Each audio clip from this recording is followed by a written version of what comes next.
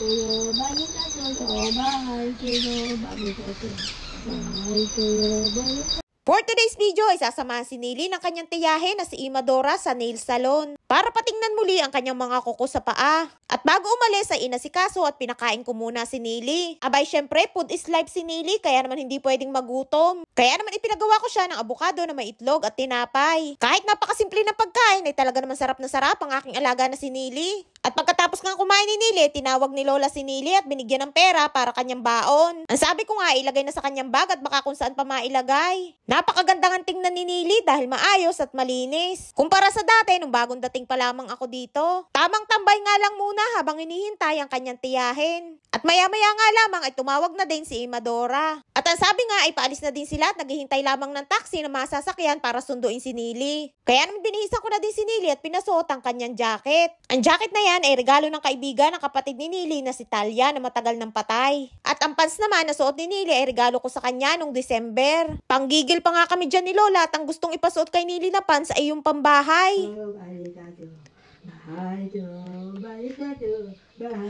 Terus sa adisyon? Kita nyo naman at napaka-porma ng aking alaga na si Nely at talaga naman naka-shades pa. Lalabas na nga kami diyan at ihatid ko na si Nely sa baba at doon siya susunduin ng kanyang tiyahin. May daladala nga din si Nely na bag na may laman tubig na kanyang baon. Excited at masaya nga si Nely dahil makakalabas na naman ito. Matagal na nga pinababalik sa nail salon si Nely para matingnan ang kanyang kuko. Ang kaso ay madalas na umuulan kaya naman hindi masamahan ng kapatid ni Lola. Natawa pa nga ako dyan kay Nely dahil hindi niya makita yung zero kung saan niya pipindutin para kami makababa. Siguro ay dahil gawa ng kanyang suot na shades kaya hindi niya makita.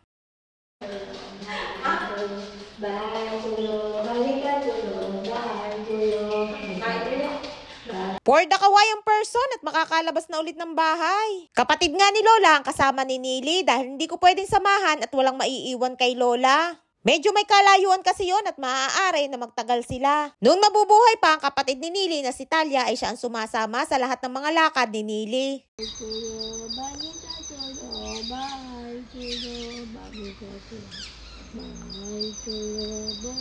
Ayan nga't sa sobrang excited ni Nely hindi nga mapakali. At bawat nga sasakyan na dumadaan ay gustong sundan at baka ayaw na daw. Kaya naman sabi ko maghintay-hintay lamang at pagka naman yun ay dumating ay titigil naman yun din sa tapat ng aming building. Abay takot na takot at baka siya ay maiwanan. Ayan nga't dumating na ang kapatid ni Lola at sakay sila ng taxi. Kasama din ni Imadora ang kanyang pansamantala na caregiver. Bumaba nga muna sila para unang pasakayin si Nely at yun namang caregiver ng kapatid ni Lola ay sa unahan na sumakay. At bago nga sila umalis dyan ay sabi sa akin ni Imadora na sabihin ko daw kay Lola na wag mag-alala kay Nely. At pagkalipas nga ng 2 oras at kalahati ay nakabalik na din agad sila. Kaya naman bumaba na din agad ako para sunduin si Nely. At nagkamali pa nga ako ng bukas ng pinto dyan at nandun pala si Nely sa kabilang side. Kaya naman dali-dali kong pinuntahan at baka ito'y makababa agad. Hirap na hirap pa nga na makababa diyan at alalay ko pa nga sa ulo at baka ito'y mamaya ay mauntog. Ayan nga't sumabit pa nga ang paa kaya naman hindi lalong makababa agad. Kaya naman hawak kong mabuti at baka ito'y madapa at magsungaba pa. At sa wakas ay nakaraos na din at nakababa na si Nely. Kita nyo naman at hanggang sa pagbaba ng sasakyan ay todo smile pa din ang aking alaga na si Nelush. At kabababa pa nga lamang ng sasakyan ay todo kwento na agad ng nangyari sa kanya.